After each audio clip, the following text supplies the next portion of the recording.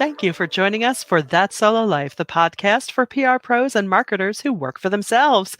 People like me, Michelle Kane of Voice Matters, and my ever steady co host, Karen Swim of Solo PR Pro. Hi, Karen. How are you today? I'm doing great, Michelle. How are you? Good. Can't complain. I mean, as we kick off this podcast, it is Women's History Month, which is always a fantastic month to remember how awesome we both are, and all of you who are women. Sorry, guys. We're just going to, talk about ourselves a little bit right now, but Yeah. it's okay. Yeah. This is great. And the theme of the 2023 National Women's History Month is celebrating women who tell our stories. And the theme seems tailor-made. So this is, they're talking about authors and songwriters and grandmothers. And while they did not call out communication professionals specifically, come on. Yeah. We are women who tell the story. So this is tailor-made for us. Yeah, it is. And I'm very excited about that. Yeah. I mean, I think it's important to really, you can get a little numb to it all. Oh, it's another national month, whatever. But at the same time, we really need to take a moment to honor this and recognize it and all that clearly women contribute to our society, especially in our field of public relations. It's still a very female-heavy profession. I think the latest stats are that of those working in public relations, 75% are women. However, there's still the leadership gap. Only about 20% of women are in PR leadership. Now, we solos, we are leading our own companies. So I like to think we're influencing the landscape just by our presence. Well, let's take a dive into that, because although we are independent professionals, we all advocate for advancing the profession, and we are part of the larger public relations industry. So while we're not traditionally employed all the time, because we do have solos that move in and out of corporate employment, we want to leave this profession better than when we entered it. And that gap to me is something that we need to change. So you're right. The last stat from PRSA was that 73% of the membership was female. And so you think, oh, wow, women dominate the PR industry. Well, kind of, but you're right. And the stat that only, that 80% of the managerial positions in PR are held by men. And more concerning is that PRSA's last study showed that the reported average annual salaries for males in PR was $93,494, while women earned an average of $66,400. I will also say that there have been studies done on independents that show that pay gaps persist into independent work. So there are probably a number of reasons for this. And I think this month is a good month to talk about these issues, to ensure that we are doing something to influence closing this pay gap. It doesn't make any sense. Yes, women joined the workforce later than men because our roles evolved in society. However, there should be equal pay for equal work, full stop, period. Yes. I mean, don't think you are. Right. I mean, especially since we're how many generations into us being fresh to the workforce? Absolutely. It's like, the powers that be, they can't even use that excuse anymore because we are here. We are contributing clearly and equally, Let's talk about this. Women are paid 82 cents for every dollar that a man makes, period. And research shows that hiring managers were less likely to hire mothers, while men get a fatherhood bonus. So when men become fathers, they actually earn more money. There's something fundamentally wrong with that gap. And this is not just a women's issue. This is a humanity issue. So yes, we have an audience of men and women, but we know that the men stand with us because we all want to fight for being paid equitably and treated with respect and equity. And again, these things persist into independence, so they don't go away. But Right. a lot of women jump out of the corporate track and take control of their own career for these reasons, because you have the control to negotiate your value and your fees, and you have the ability to be a mother and not derail your career. It's so sad to me that in the United States, first of all, when it comes to mothers, that we give so little time off for moms. Yeah. You are Most companies will give you 12 weeks and pretend that's generous. Let's be honest. You push a human being out of your body and you have exactly 4 months to bond with that child that cannot speak for itself yet, that child that is not yet walking, has not taken all the milestones, and you're forced to go back into the workforce. And you're forced, and I really do say forced, because I Yeah. think for a lot of women, it's not a choice to go back that quickly. They would love, like other countries, to have that first year of spending time with their babies. And it should not be limited to women. We know that dads play an active role in a child's development as well. It's shameful the way that we treat parents in this country, but mothers in particular get the short end of the stick. We don't make accommodations for childcare. Independent women, some states have programs for parental leave where you can continue to earn your income even if you are an independent contractor. Wow. That should be something that is offered across the United States. Independent women should not have to give up a huge chunk of their income to either shut down their business while they are taking maternity leave, or paying out all of their money to have somebody manage their business and not taking any profit during that time. It just is inequitable. And also for women who go on maternity leave, and if you take extra time because you banked vacation days, which again, Uh-huh. mm, taking care of a child, not a vacation. Nope. Yes, it's not. You should still get to have vacation. Some women take a career step down because they're looked at as not as capable. Yeah. And I am telling you, the stories that I have heard, even in the last 2 months with this wave of layoffs, about women who were targeted because of their age, because of their Mhm. gender, how they were treated in the workforce before the layoffs, is shameful. Yeah. And I'm disgusted by it, and I will not stop opening my mouth up wide and screaming from the rooftops that this toxicity, these inequities, it is time to destroy them in 2023. I love it. Yeah, it's so true. And I think in so many ways we are the frogs in the warm water, right? Because you grow up, you see the patterns and you think, "Oh, that's how it's quote unquote supposed to be." And then you start living your life and you realize, "Wait a second. This is ridiculous. This is inhumane. All this is doing is serving the bottom line for, let me stress, a very few people. So no matter what gender you are in the workforce, if you think, well, I'm okay, really? Because you're not getting really what you need either. And let's pull back and look at this from a societal viewpoint. Because even as you were saying that, I was both getting fired up, and I'm like, oh, I can already hear the naysayers going, well, but we don't want to give we don't want to give things free. And it's like, no, we all do better when we do better.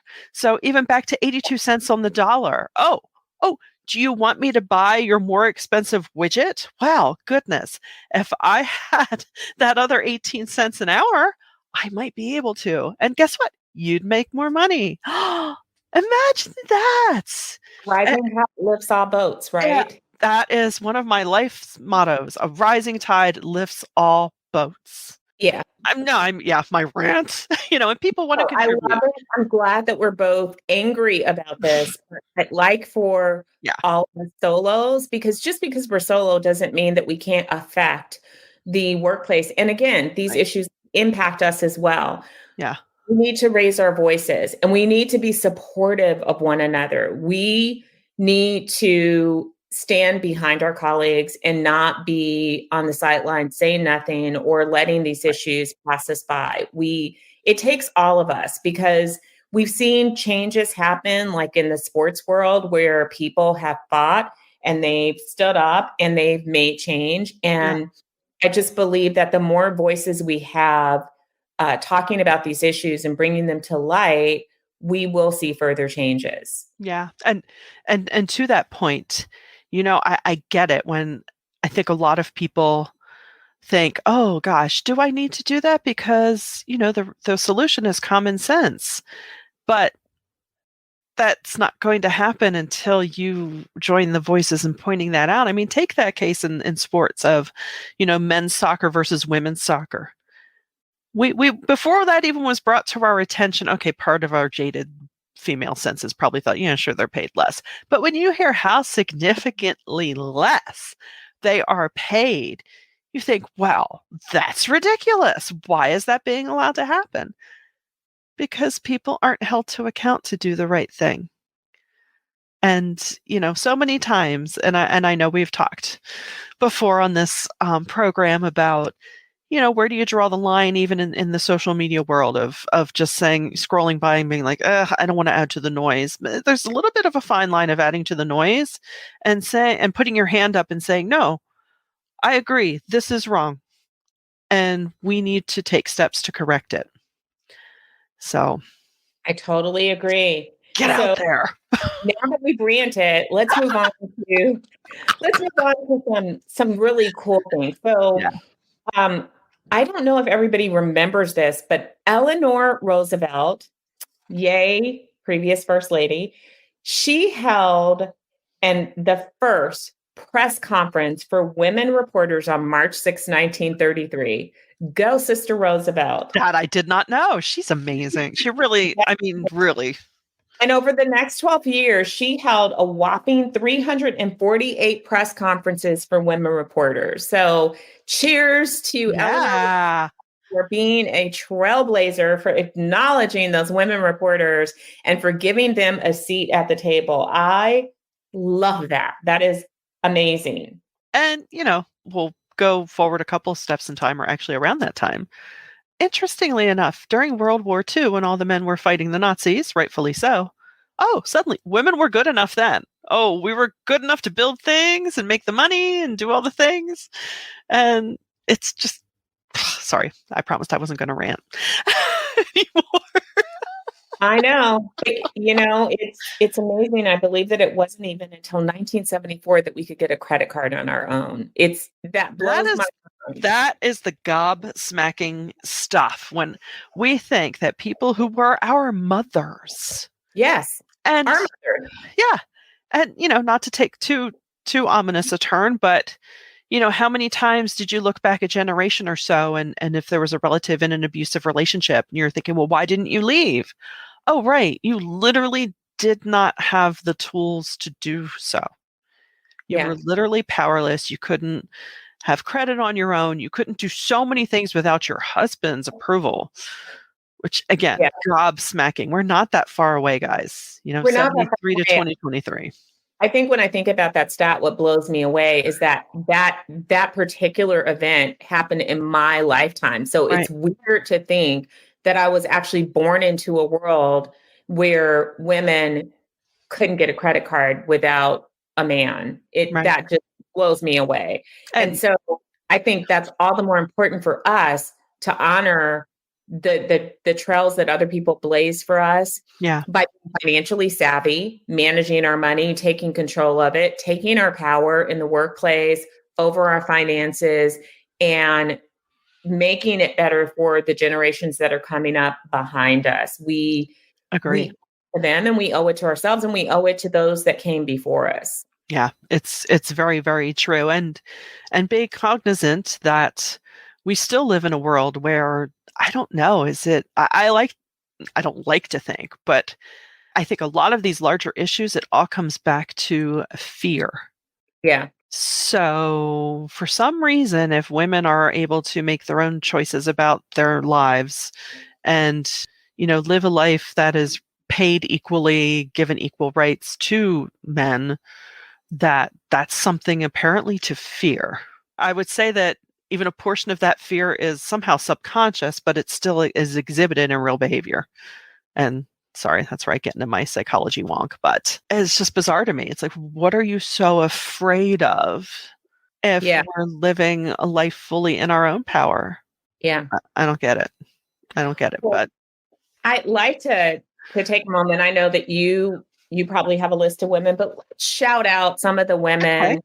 We are so proud of our solo women and so Yes. proud of our sisters in this industry. So I would like to, call out a few of those women who Yeah. are in the world a better place. Yes, absolutely. One that comes to mind for me is Grace Kalalea. She's not necessarily in PR, but she is a thought leader on just, you know, being a woman in the world. I don't know a better way to put it. She was a Comcast executive for some time, I believe, but check her out. She is a force. I discovered her at the Pennsylvania Conference for Women. Imagine that.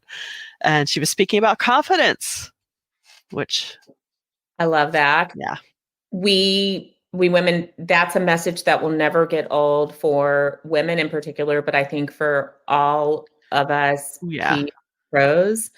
I would encourage you to take a look at Color Comms, which Mm, is an organization for people of color in mhm. communications. And they have these they have this list of 28 executives that they recognize for Black History Month. Some Yeah, powerhouse women are on this list. Kim Godwin, who is the president of ABC News, yeah, Candy Castleberry, who's the VP of Global Diversity, Equity, and Inclusion at Amazon, and just some fantastic women. I would like to shout out Nance Larson, who is a accredited public relations professional in the College of Fellows. She is just an amazing, powerful woman who graciously spreads her knowledge and really has committed to this profession and to making it better, mhm. pours into other professionals and lifts people up. She's based out of Anchorage, Alaska. And I met her through another powerhouse who is one of the sweetest people that you can ever know, which is Mary Barber. Yeah, Mary is a helper. She's also an APR and a fellow, and she's a helper. She likes to connect people. She likes to help people. She's thoughtful. She's one of those people that will drop you a handwritten card in the mail just because.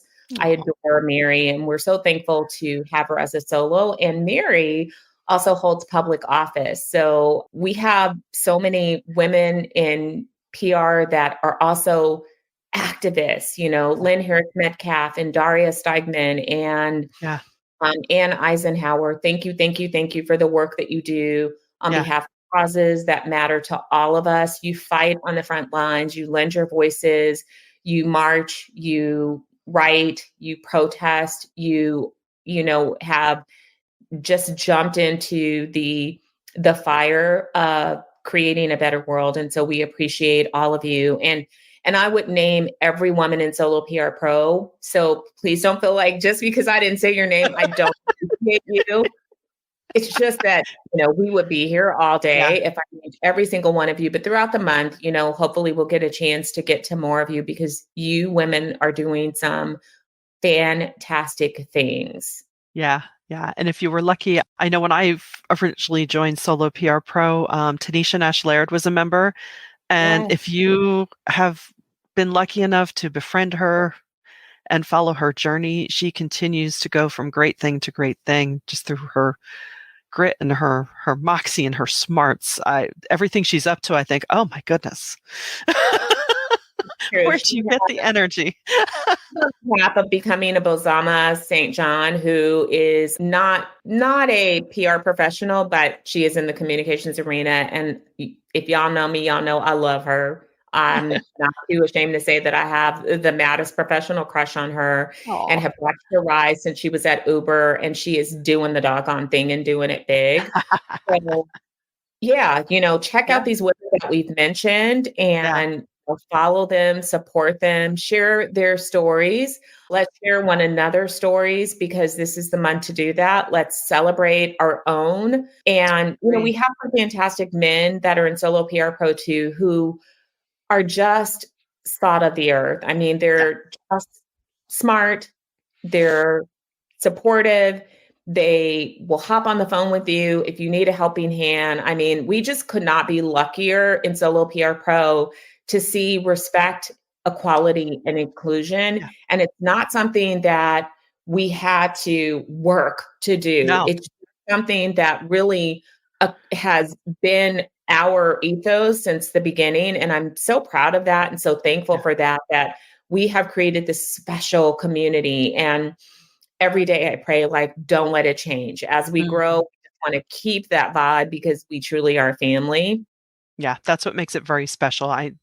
You're right. All the things we ranted out at the top of our episode today, never experienced it in our group. The men in our group are incredible, and I've found too. Even in regionally here in the Philly burbs, the men in PR similarly helpful. Because they get it. They know when one of us does well, we all do well. It's good for the profession. It's good for business. It's good for each other. It's just good all around. So I guess if we leave you with one thing today, as we encourage you to truly celebrate Women's History Month, is just seek to be good to each other, right? It doesn't hurt. And that sometimes includes calling people on their stuff in a good, solid way. Don't necessarily rip things apart, but just say, hey, that's not right. We need to change that. So we hope if this especially has inspired you, please subscribe to our podcast. That would mean so much to us. Share it around on your channels just so more people can hopefully benefit from this. And we'd love to hear from you as well. So hit us up at soloprpro.com. And until next time, thanks for joining us on That Solo Life.